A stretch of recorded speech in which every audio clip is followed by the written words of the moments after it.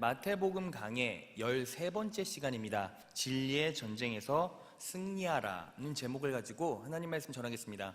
여러분, 오늘 본문 말씀을 본격적으로 나누기 전에 지난주 말씀을 잠깐 정리하겠습니다. 여러분, 우리가 지난주에 나누었던 내용이 뭐죠? 바로 사단이 예수님께 떡으로 시험했다라는 거예요. 물질로 시험했다라는 거예요. 그렇다면 사단이 예수님께 했던 시험 첫 번째가 왜 떡의 시험, 물질의 시험이었을까요? 바로 예수님이 시험 받으신 당시의 상황 때문이었어요. 그 상황이 어떤 상황입니까? 마태복음 4장 2절입니다. 예수님은 40일 동안 금식하여 몹시 시장하셨다. 예수님이 40일 동안 금식하셨다라는 거예요. 그래서 몹시 배고프셨죠. 예수님은 인간의 형상으로 인간의 육체를 입고 이 땅에 오셨어요. 그러므로 예수님께서는 인간이 느끼는 모든 감정을 다 느끼셨죠. 그런데 당시 상황이 어땠다고요? 배고팠다고요. 사단은 그걸 알았습니까? 몰랐습니까? 알았다라는 것이죠. 사단은 예수님의 약점을 알았습니다. 예수님이 무엇 때문에 지금 고통받고 있는지를 알고 있었어요. 그래서 그것을 통해 우리는 무엇을 할 수 있죠? 사단은 약점을 알고 시험한다라는 거예요. 여러분, 우리가 인생을 살아가면서 사단의 시험을 받을까요? 안 받을까요? 너무나 많이 받아요. 매 순간 받을지도 모릅니다. 그런데 사단은 우리가 뭐가 약한지 알아요? 몰라요? 알아요. 내가 물질에 약한지, 내가 이성에 약한지 다 안단 말이죠. 그래서 사단이 그것을 알고 공격한다라는 거예요. 그렇다면 우리는 어떻게 그러한 상황에서 반응해야 합니까? 우리는 예수님을 본받아야 한다는 것입니다. 믿으십니까? 예수님의 태도를 배워야 한다는 거예요. 믿으십니까? 그러면 예수님은 어떻게 사단과의 시험에서 이기시고 반응하셨습니까? 마태복음 4장 3절에서 4절입니다.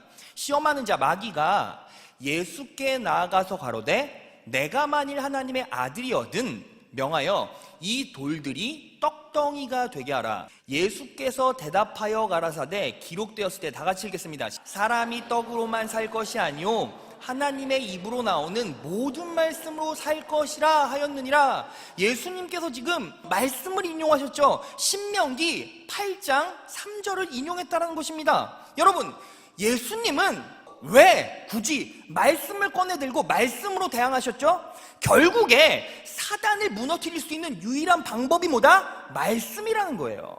그래서 우리는 어떻게 사단의 시험에서 반응해야 합니까? 말씀으로 승부해야 된다는 것입니다. 믿으십니까? 자, 말씀이 능력입니다. 믿으십니까? 자, 우리 옆 사람과 이렇게 인사해 볼까요? 말씀이 능력입니다. 여러분, 그런데 이제 오늘 본문 말씀으로 들어와서 예수님께서 신명기 8장 3절을 인용하셔서 이제 대응을 하셨어요.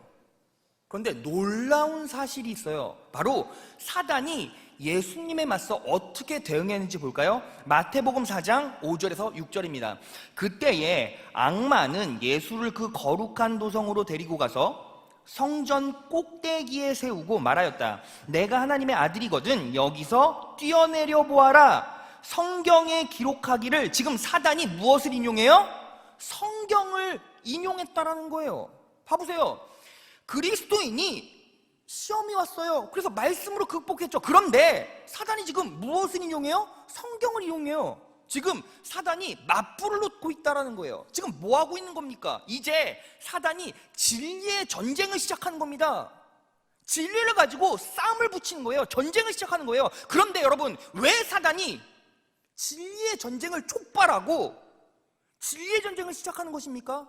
여러분, 약점이 하나 있다고 가정해 봅시다. 여러분들에게 약점이 있어요. 여러분들의 약점이 뭔지 여러분들이 가장 잘 아시죠? 지금 그것 때문에 가장 힘든 거, 그게 뭐예요? 여러분들의 약점이죠. 그런데 여러분들이 말씀으로 그 약점을 극복했어요. 그러면 여러분들에게 약점이 있어요? 없어요? 없어요. 근데 사단은 여러분들을 넘어뜨려야 하잖아요.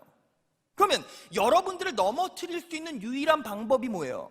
여러분들이 가지고 있는 말씀의 진리 체계를 흔드는 거예요. 그래서 사단이 무엇을 인용해서 말해요? 성경을 인용해서 말하는 거예요. 그렇다면 이제 진리의 전쟁이 시작됐어요. 싸움이 시작됐다는 거예요. 그러면 우리는 어떻게 대응해야 할까요? 지난주에 제가 여러분들에게 이런 말 했죠. 지피지기면 백전백승이다. 적을 알고 나를 알면 백전백승이다. 그럼 우리는 어떻게 합니까? 사단을 알고 나를 알아서 반응해야죠. 자, 오늘 두 번째 시험인데, 두 번째 시험 진리 전쟁 속에서 사단의 전략과 계략은 세 가지, 유혹은 세 가지로 나타나요. 첫째, 사단은 자신의 목적을 위해서 성경을 사용한다라는 거예요. 여러분, 그것에 대한 가장 정확한 예가 뭐죠? 바로 다른 복음이죠. 사단이 다른 복음을 설파하고 주입시킨다는 거예요. 그런데 여러분, 하나님께서 자기의 뜻을 이루고자 하실 때 누굴 사용합니까? 사람을 사용해요. 사단이 다른 복음으로 역사할 때 누구를 사용합니까? 사람을 사용하죠. 다른 복음을 선포하는 사람들이 있어요. 그걸 우리의 입장에서 어떤 집단이라고 말해요? 이단이라고 말하는 거예요. 사단이 이단을 사용한다라는 거예요. 근데 여러분, 놀라운 사실이 있어요. 뭐냐면 이단들은 자신들이 이단인지 알아요, 몰라요? 알아요, 몰라요? 몰라요. 왜 모르죠? 사단이 야, 나 사단 헤이 하고 내가 너희에게 가르쳐 줄게 하고 말씀을 선포합니까? 아니요. 광명한 천사로 가장한다라는 거예요. 고린도서 11장 14에서 15절. 이것이 이상한 일이 아니라 사단도 자기를 광명의 천사로 가장하나니 15절. 그러므로 사단의 일꾼들도 자기를 의의 일꾼으로 가장하는 것이 또한 큰 일이 아니라 저희의 결국은 그 행위대로 되리라. 자, 사단이 광명한 천사로 가장해서 다른 복음을 주입시킨다는 거예요. 그러면 다 넘어지죠. 제가 사역했던 교회에 모태신앙의 한 자매가 3박 4일로 수련회를 간다고 하고 수련회를 갔다 왔어요. 그런데 그 뒤로 예배를 빠지기 시작하더니 한 3, 4주 됐더니 집에서 연락이 왔어요. 아이가 짐 싸서 나갔대요. 그리고 잠적한 지 2주가 지났대요. 그래서 깜짝 놀라서 경찰에 신고하셨습니까? 이미 경찰에 신고했고 수소문하고 있대요. 근데 결국 어디서 찾았는지 아십니까? 선교단체를 가장한 이단 종교 집단에서 찾아냈어요. 그 숙소에서 아예 살고 거기서 노동력을 착취당하고 앵벌이하고 있었어요. 그래서 그 장로님 권사님이 가서 제 딸 납치했습니다. 이 이단 종파가 제 딸을 납치했어요. 구해주세요 하고 경찰을 대동했죠. 그래서 경찰이 이단 그 숙소를 두들겼어요. 근데 당당하게 그 이단 집단에 있는 목사와 간사라는 사람이 나왔어요. 그 자매와 함께 나왔죠. 그러면서 이렇게 말하는 거예요. 아니, 저는 이 아이를 납치한 적이 없습니다. 한번 이 자매에게 물어보세요. 내가 너를 납치했니? 근데 그 자매가 아니요, 제가 두 발로 왔어요. 제 의지로 왔어요 라고 얘기를 하는 거예요.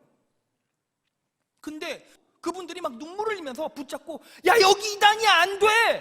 너 여기에 빠졌다간 큰일 나! 그리고 막 붙잡고 늘어지는 거예요.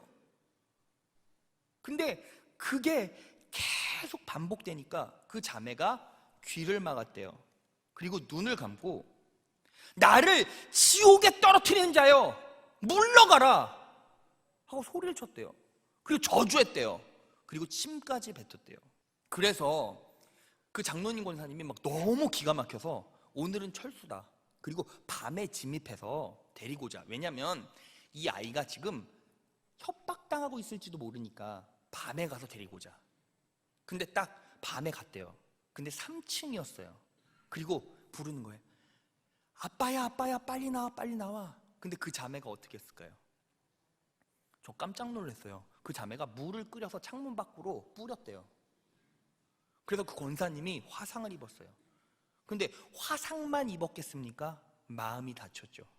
그래서 권사님이 알아눕기 시작하고 그 장로님이 아예 직장을 때려치고 2년 동안 그 자매를 어떻게든 끄집어내려고 살려내려고 아둥바둥거리다가 결국은 끄집어냈어요. 근데 그 자매가 이런 얘기를 해요. 제가 그 이단 종파 수련회 딱 3박 4일 갔다 와서 인생이 변했다고.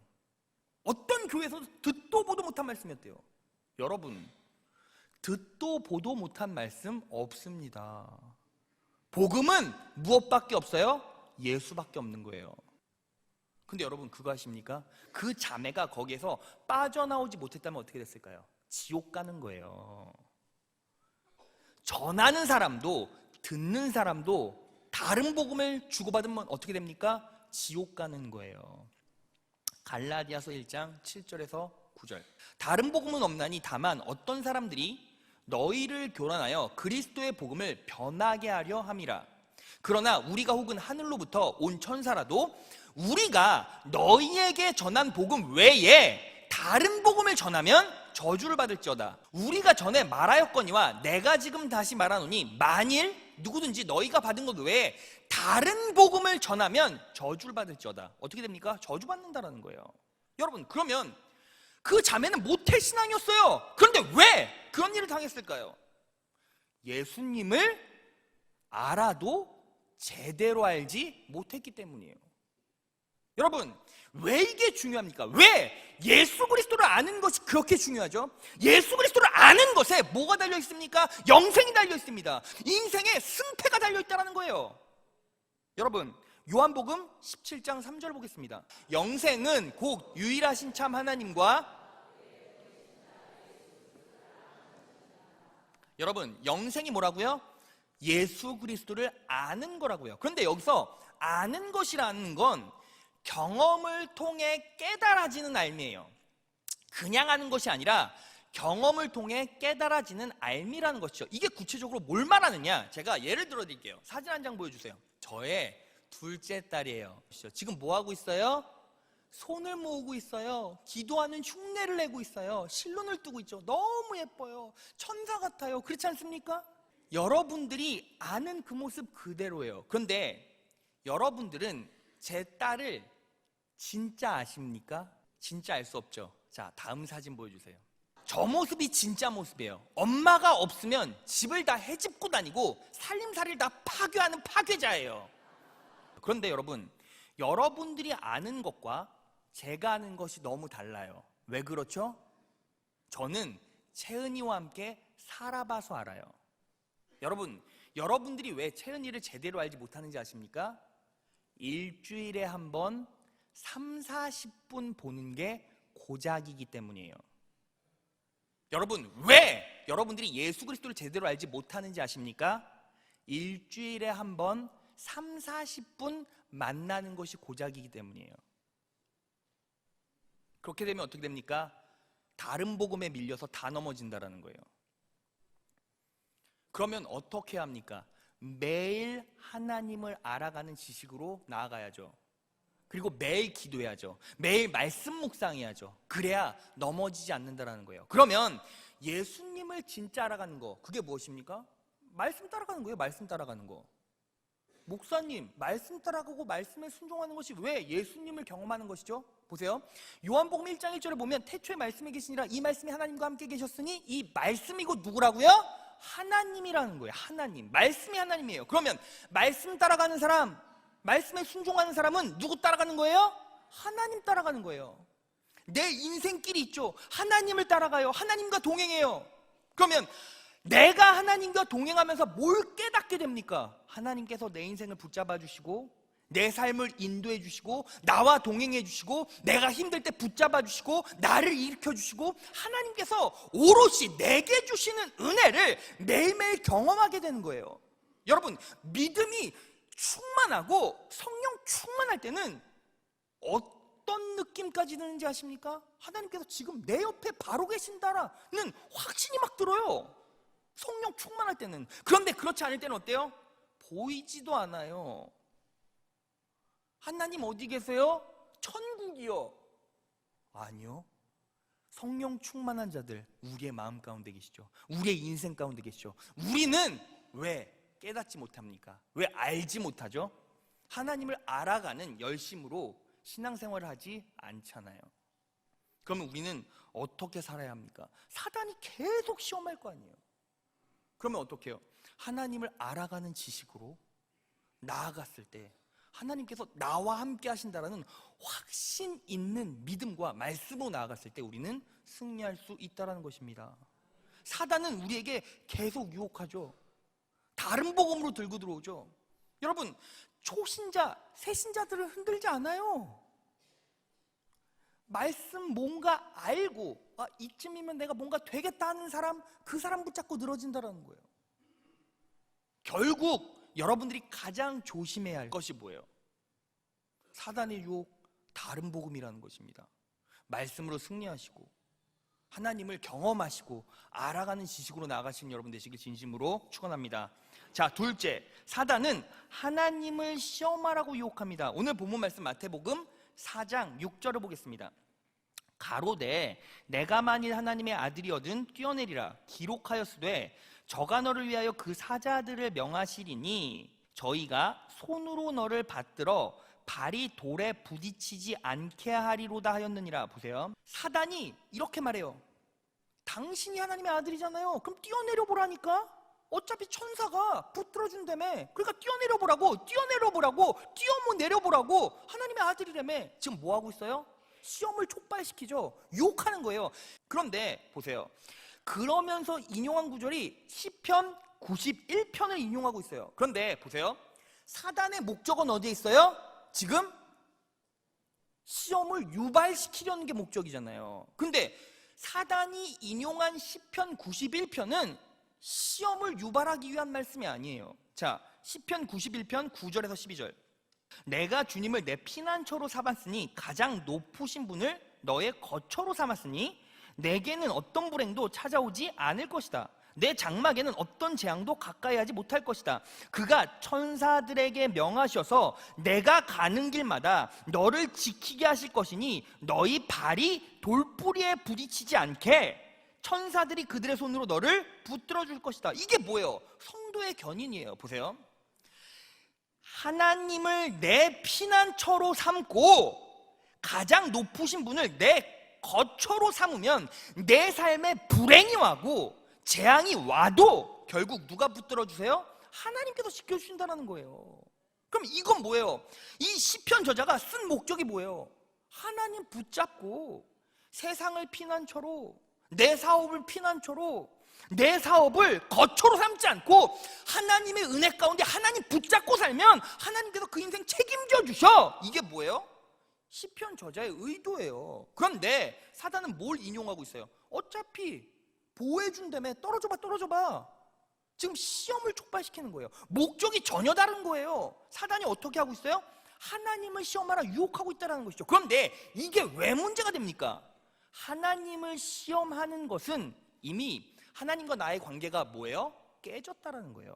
보세요, 여러분들, 우리가 살다 보면 결국에 우리가 느끼는 고통과 아픔은 무엇입니까? 두 가지밖에 없어요. 첫 번째는 하나님의 연단, 훈련. 나를 하나님의 형상, 예수 그리스도의 형상으로 빚어가시겠다라는 의지예요. 목적이 선하죠. 그러면 우리는 하나님께서 주시는 연단을 받으면 어떻게 합니까? 말씀 붙잡고 기도하면서 그 과정을 통해 내가 하나님께서 원하시는 모습으로 빚어져 가면 돼요. 그리고 두 번째, 사단의 시험이 있죠. 목적이 악해요. 우리를 넘어뜨리려고 한다는 거예요. 그러면 우리는 어떻게 하면 됩니까? 말씀 붙잡고 극복하고 초월하고 이겨가면 돼요. 왜? 하나님께서는 여러분들을 붙잡아 주시고 여러분들을 택해 주셨잖아요.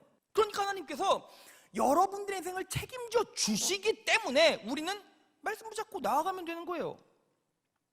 근데 우리는 어때요? 우리는 그렇게 살아가지 않잖아요.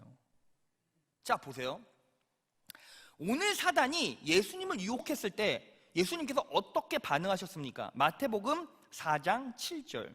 예수께서 이르시되 또 기록되었으되 주 너희 하나님을 시험치 말라 하였느니라 하신대. 자, 이 말씀은 예수님께서 신명기 6장 16절을 인용하신 거예요.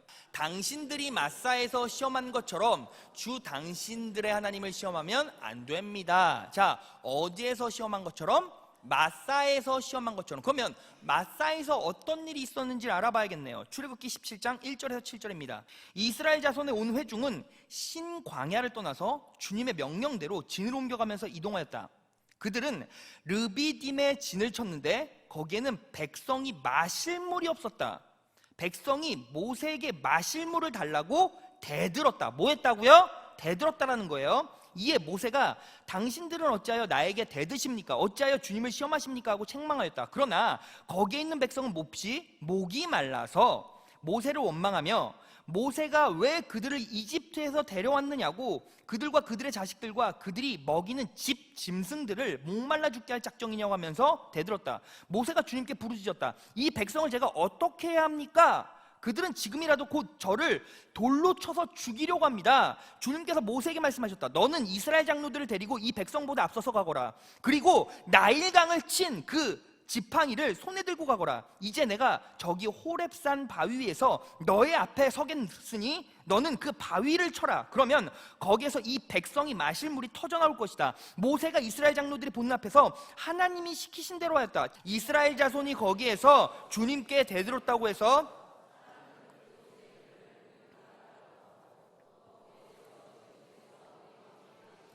주님을 시험하였다고 해서 그곳의 이름을 마사라고도 한다. 보세요. 이스라엘 백성들이 목이 말라서 모세에게 대들었어요. 목이 말라서 돌로 모세를 쳐 죽이려고 했어요. 그런데 단순히 목이 말라서 그랬어요? 아니요. 7절을 보겠습니다. 주님께서 우리 가운데 계시는가 안 계시는가 하면서 주님을 시험하였다고 해서, 자, 이스라엘 백성들이 지금 왜 목마르다고 한 거예요? 목도 마르지만 결국 주님이 계시는지 안 계시는지 시험하기 위해서 모세를 돌로 쳐 죽이려고 했대요. 대들었대요. 여러분, 여기에서 확신 있는 믿음과 의심 섞인 인간의 신념의 차이가 나타나요. 확신 있는 믿음은 뭐예요? 하나님께서 내 인생 책임져 주신다. 제가 서두에 초두에 말씀드린 시험 두 가지, 연단과 사단의 시험에 몰려왔을 때, 아니 하나님께서 나를 붙잡아 주셔. 나는 말씀으로 이길 수 있어. 사단의 시험까지 거 그냥 이겨버리지. 말씀이 나에게 있고 성령님이 나와 함께 계시고 내 인생 하나님께서 끝까지 책임져 주시겠지. 그걸 어떻게 우리가 할 수 있습니까? 매일매일 말씀으로 공급받고 성령 하나님께서 나와 함께 계신다는 확신이 있고, 그리고 내 삶에서 하나님의 은혜가 표적으로 드러나고 성령 충만할 때 우리는 어떻게 해요? 하나님께서 내 인생 가운데 내 인생 끝자락에 가장 좋은 것으로, 선한 것으로 채워주실 것이란 뭐가 생겨요? 믿음이 생겨요. 믿음이. 그런데 이런 성도들 있죠. 하나님, 제가요 20년 넘게 신앙생활 했고요, 이제 직분까지 다 받았는데요, 왜 제 인생에는 이런 일이 일어나죠? 왜 제 사업 가운데는 이렇게 힘든 일이 일어납니까? 왜 우리 가족들은 왜 저를 미워하죠? 제가 원하는 거, 제가 하고 싶은 거, 제가 이루고자 하는 게 왜 안 이루어지죠? 하나님, 제가 정말 당신의 아들이라면 저를 구해주셔야죠. 저를 살려주셔야죠. 그런데 왜 안 도와주시죠? 라고 말한다면 사단이 예수님께 당신이 하나님의 아들이거든 이라고 말하는 것과 뭐가 달라요? 그러면 내가 하나님을 시험하는 순간 나와 하나님의 관계는 어떻게 돼요? 이미 끊어진 거예요. 여러분, 절대적인 믿음이 있어야 돼요. 여러분, 택한 자들은요 어떻게 됩니까? 하나님께서 선하게 인도해 주신다는 거예요. 요한복음 8장 28절, 우리가 알거니와 하나님을 사랑하는 자 곧 그의 뜻대로 부르심을 입은 자들에게는 모든 것들이 합력하여 선을 이루느니라. 보세요, 하나님을 사랑하시는 자, 아멘, 그의 뜻대로 부르심을 입었다. 내가 이 자리에 앉아있는 이유는 하나님께서 나를 택해 주시고 창세전부터 나를 구원해 주시기로 작정하셔서 나는 지금 부르심을 입고 이 자리에 있다. 그렇게 고백하시는 분, 아멘? 그런 분들은 어떻게 됩니까? 모든 것들이 합력하여 선을 이룬다는 거예요. 걱정하지 마세요. 두려워하지 마세요. 하나님께서 여러분들의 인생길 가운데 임재하여 주시고 계획하여 주시고 책임져 주신다는 거예요. 믿으십니까? 절대적인 믿음 갖고 살아가세요. 그럴 때 사단의 시험을 이길 수 있다는 것입니다. 믿으세요? 그게 바로 성도의 모습이라는 거예요. 그런데 사단은 계속 찔르면서 뭐합니까? 네가 하나님의 아들이라며, 하나님을 시험해봐, 하나님이 그렇게 만들어준다며, 왜 너는 그렇게 못 살아? 라고 자꾸 충동질하죠. 그 가운데 낙심하고 고통받으면 사단의 시험에 넘어지는 거예요. 에이, 다 때려치워야지 하고 떠나는 겁니다. 절대 그러시면 안 됩니다. 이기셔야 됩니다. 승리하셔야 됩니다. 성령 충만하셔야 됩니다. 믿으십니까? 이제 세 번째, 사단은 복음 사역의 본질을 오염시키려고 합니다. 자, 오늘 본문 말씀 마태복음 4장 5절을 보겠습니다. 이에 마귀가 예수를 거룩한 성으로 데려다가 성전 꼭대기에 세우고 라고 말했어요. 예수를 어디로 데려갔어요? 거룩한 성으로 데려다가 성전 꼭대기에 세우고. 근데 그 거룩한 성이 어디입니까? 누가복음 4장 9절입니다. 또 예수님을 이끌고 예루살렘으로 가서 성전 꼭대기에 세우고 가로되. 자, 거룩한 성이 어디예요? 예루살렘 안에 있는 성전 꼭대기라는 거예요. 그런데 여기 성전 꼭대기의 헬라어는 모서리라는 뜻을 같이 가지고 있어요. 예루살렘 성전 안에서 성전 남쪽 편에 모서리에 예수님을 세웠다라는 거예요, 사단이. 자, 유대사가 요세푸스는 이렇게 말합니다. 사단이 예수님을 데려다가 세워놓은 곳은 성전 남쪽 편에 있는 모서리 부분이었을 것입니다. 왜냐하면 성전 쪽 꼭대기에서부터 성전 밑에 골짜기까지는 현기증이 일어나서 내려다볼 수 없을 정도로 높았기 때문입니다. 자, 사진 보겠습니다. 첫 번째 사진. 자, 예루살렘 성전 보이십니까? 그 예루살렘 성전 남쪽에, 지금 여러분들이 볼 때는 서쪽이겠지만 성전을 앞에 놓고 남쪽에 지금 동그라미 친 부분 모서리 보이십니까? 보이시는 분 아멘? 사단이 예수님을 거기에 세웠다는 거예요. 이유는 역사가 요세푸스에 의하면 남쪽 벽, 성벽 모서리 밑이 기드론 시내과예요. 그래서 그 높이가 140m 정도 됩니다. 자, 다음 사진 보여주세요. 자, 지금 동그라미 친 곳에 예수님을 세웠다는 거예요. 그리고 그 밑에 기드론 시내가 계곡이 흐르고 그 높이가 140m였어요. 거기에서 사단이 떨어져봐 하는 거예요. 근데 만약에 예수님이 사단의 말 듣고 떨어졌다면 어떻게 됐겠습니까? 사역이 남아있기 때문에 천사가 예수님을 붙잡고 예루살렘 성전으로 올라왔겠죠. 그러면 예루살렘 성전엔 누가 있어요? 성도들이 있죠. 유대인들이 있을 것 아닙니까? 근데 예수님께서 그래 내가 떨어져 볼게 하고 절벽으로 훅 떨어졌어요. 근데 갑자기 슈퍼맨처럼 빰빠밤 하면서 이렇게 쭉 올라왔어요. 그러면 유대인들이 예수님의 모습을 보고 어떻게 생각했을까요?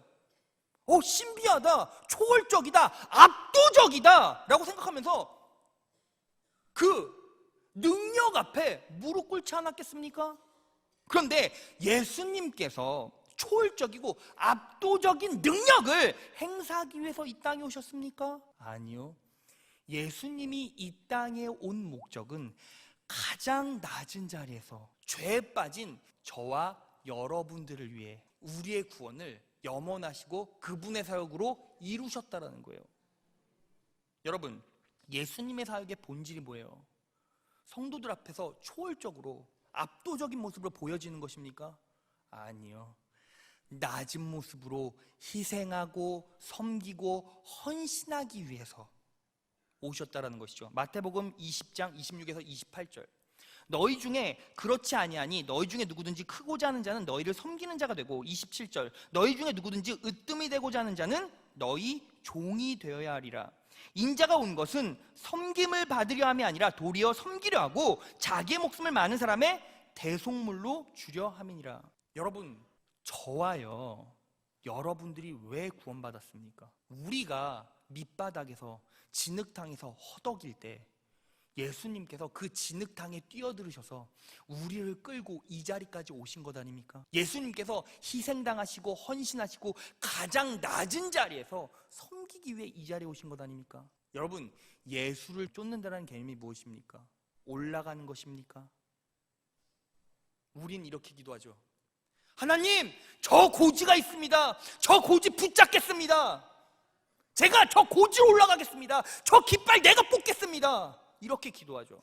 근데 분명히 기억하십시오. 가장 높은 자리가 사단이 시험하는 자리입니다. 예수님이 가장 높은 자리에서 시험당하셨잖아요. 그러면 우리는 항상 어떻게 해야 돼요? 예수님조차 산다라는 것은 겸손하고 낮은 자리에서 가장 밑바닥에 눈높이를 맞추고 그리고 헌신해야 된다는 거예요. 여러분, 왜 한국교회가 이렇게 무기력해진지 아십니까? 목사를 포함한 성도들 때문이죠. 왜? 성도가 교회니까.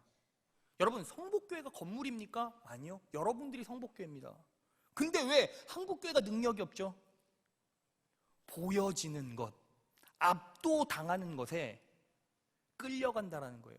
여러분, 교회는 가장 밑바닥에서 하나님 나라를 위해서 헌신하고 눈물을 씨로 씹는 자들을 통해서 교회는 본질적으로 성장하게 됩니다.